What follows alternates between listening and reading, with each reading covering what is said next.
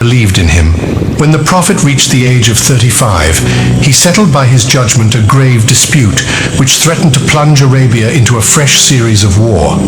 It was the time for rebuilding the Kaaba. Every tribe who had gathered there wanted the honor of raising the black stone, the most holy relic. Then a senior citizen intervened, and he said to the people, "You will listen to the first man who enters through that gate."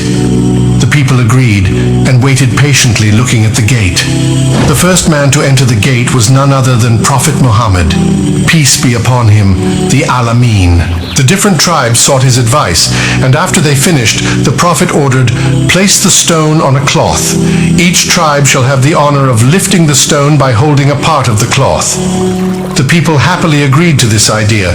The stone was thus placed, and the rebuilding of the house was completed without further interruption. The Prophet always helped the poor and needy as well. It is said that when his uncle Abu Talib fell into bad times, the Prophet cleared all his debts using his personal wealth. The Prophet also undertook the education of his uncle's son, Ali. A year later he adopted Akil, another one of his uncle's sons. The Prophet, from his humble beginnings, had now become wealthy and quite respected. Khadija, may Allah be pleased with her, gave birth to 3 sons and 4 daughters, but none of the male children survived. They all died in childhood. It was during this time that a group captured Zaid, a young boy, from the arms of his mother. These people then sold the boy as a slave in the market of Ukaz. Zaid was bought by a relative of Khadija, and he gave him as a gift to her. Khadija in turn gave the boy to the Prophet as a gift. The Prophet became very attached to Zaid, to whom he referred as Al-Habib, which means the beloved.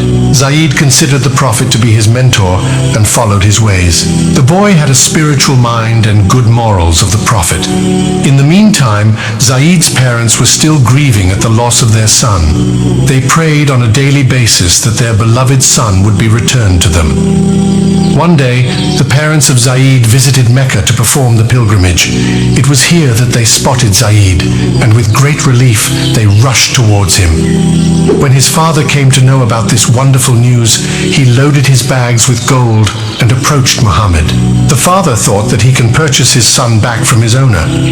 Zaid's father met the Prophet and asked him to release his boy. Then the Prophet asked him, "Who is this person whose release you are demanding?" "Your slave Zaid ibn Haritha," replied the father. "Shall I show you a way by which you can get your son back without paying the gold?" The father was surprised, and he asked, "What is this way you are talking about?" "I will call him here in front of you. If he wishes to go with you, then he is free to do so."